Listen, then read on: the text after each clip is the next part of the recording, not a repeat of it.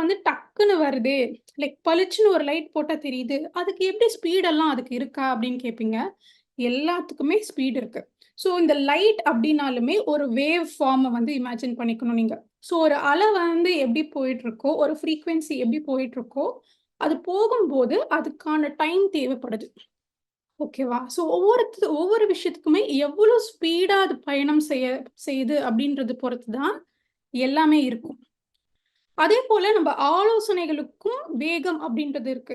So நம்ம ஆலோசனைகளோட வேகம் கூட நம்ம கால்குலேட் பண்ணலாம். எப்படி வந்து நீங்க லைட்டோட ஸ்பீட் கால்குலேட் பண்றீங்களோ, அதே மாதிரி ஆலோசனைகளோட ஸ்பீடு கூட நம்ம சில இன்ஸ்ட்ருமெண்ட்ஸ் வச்சு கால்குலேட் பண்ணலாம்.